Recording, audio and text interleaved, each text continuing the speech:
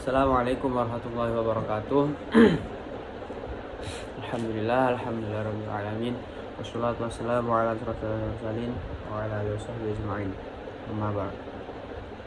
Alhamdulillah, di sini saya membuat video ini dengan tujuan untuk menyelesaikan tugas ujian matkul akhlak tasawuf.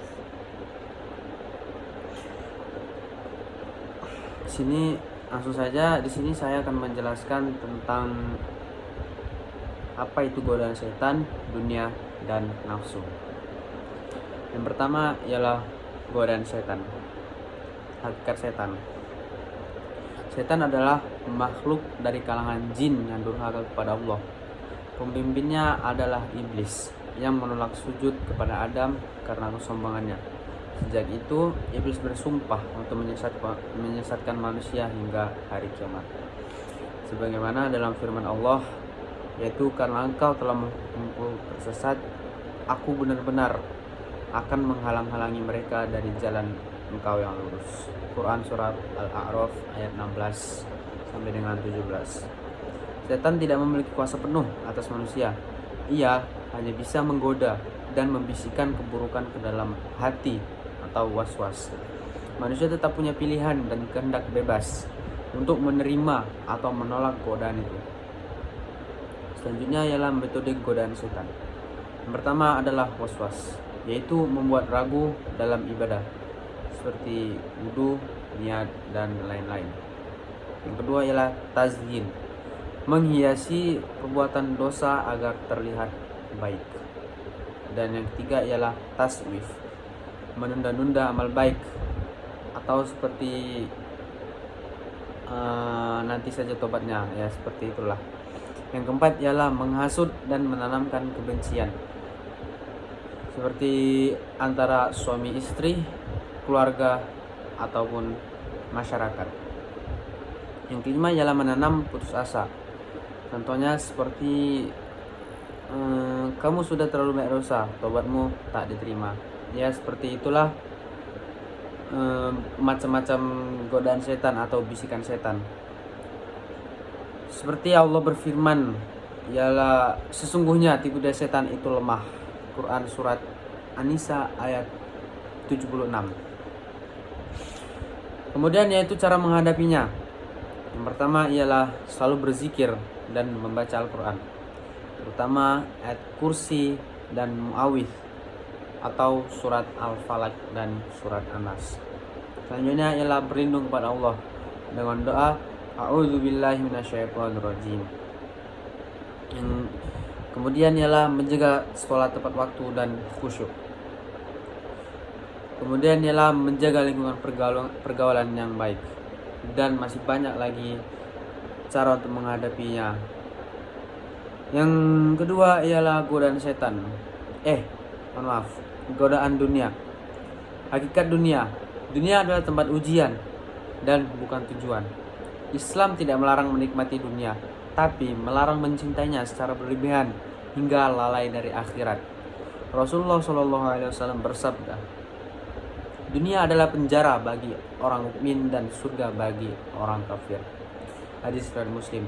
Dan juga, demi Allah, bukanlah kefakiran yang aku khawatirkan atas kalian, tapi aku khawatir dunia akan dibentangkan kepada kalian sebagaimana dibentangkan kepada orang-orang sebelum kalian. Lalu kalian berlomba-lomba sebagaimana mereka berlomba, dan dunia membinasakan kalian sebagaimana ia membinasakan mereka. Hadis riwayat Bukhari dan Muslim. Selanjutnya ialah bentuk godaan dunia. Yang pertama ialah harta. Harta berlebih tanpa keberkahan. Selanjutnya ialah pengejaran status sosial, gengsi, dan pujian. Selanjutnya ialah cinta berlebihan pada fashion, gadget, dan gaya hidup. Selanjutnya ialah gila jabatan, kekuasaan, dan kedudukan. Selanjutnya, sibuk bekerja tapi lupa ibadah. Itulah bentuk contoh-contoh godaan dunia. Dunia seolah-olah memuaskan, tetapi sesungguhnya tidak pernah cukup. Cinta dunia hanya bisa menyebabkan sifat seperti tamak atau rakus, hasad atau iri, riya atau pamer, tamak, dan lalai dari kematian. Cara menghadapi godaan dunia. Yang pertama ialah kita bisa mengingat kematian atau zikrul maut secara rutin. Kemudian membiasakan hidup sederhana atau zuhud, yaitu mencintai dunia hanya sekedar perlu. Kemudian ialah menjadikan dunia sebagai sarana menuju akhirat, bukan tujuan hidup. Selanjutnya ialah bersedekah. Bersedekah dan menolong sesama untuk membersihkan harta. Kemudian selanjutnya ialah bergaul dengan orang-orang yang zuhud dan bijak. Selanjutnya yang ketiga ialah godaan nafsu. Hakikat nafsu. Nafsu adalah bagian dari diri manusia yang memiliki kecenderungan terhadap syahwat, kelezatan, dan ego. Ia tidak selalu buruk. Nafsu bisa menjadi positif jika diarahkan dengan benar. Namun, nafsu yang liar adalah musuh utama dalam diri sendiri. Allah berfirman, sesungguhnya nafsu itu selalu menyuruh kepada kejahatan. Quran surat Yusuf ayat 53. Jenis nafsu di dalam ilmu tasawuf. Yang pertama ialah nafs al-ammarah bisu, yaitu nafsu yang menyeru pada kejahatan. Yang kedua ialah nafs al-lawwamah, yaitu nafsu yang sadar dan mencela dirinya setelah berbuat dosa. Yang ketiga ialah nafs al-mutmainnah, nafsu yang tenang, ridho kepada Allah. Itu adalah jenis-jenis nafsu. Nafsu bisa mendorong manusia kepada zina, mabuk, kemarahan, kebencian, ataupun iri, malas ibadah, ataupun menolak nasihat, kesombongan, ujub, merasa lebih suci dari orang lain. Kemudian inilah cara menghadapi nafsu.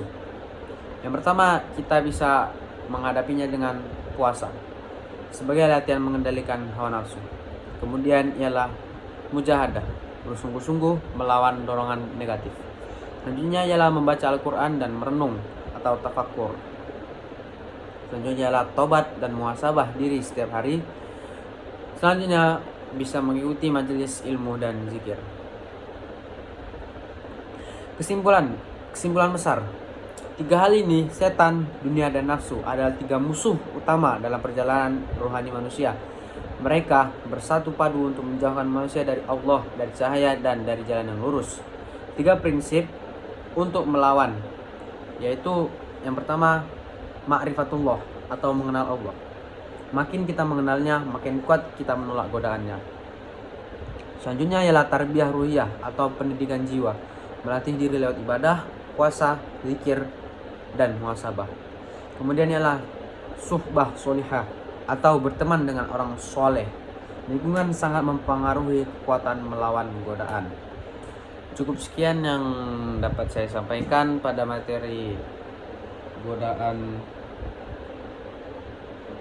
setan, dunia, dan nafsu. Cukup sekian. Terima kasih. Jika ada salah kata, mohon dimaafkan. Terima kasih. Wassalamualaikum warahmatullahi wabarakatuh.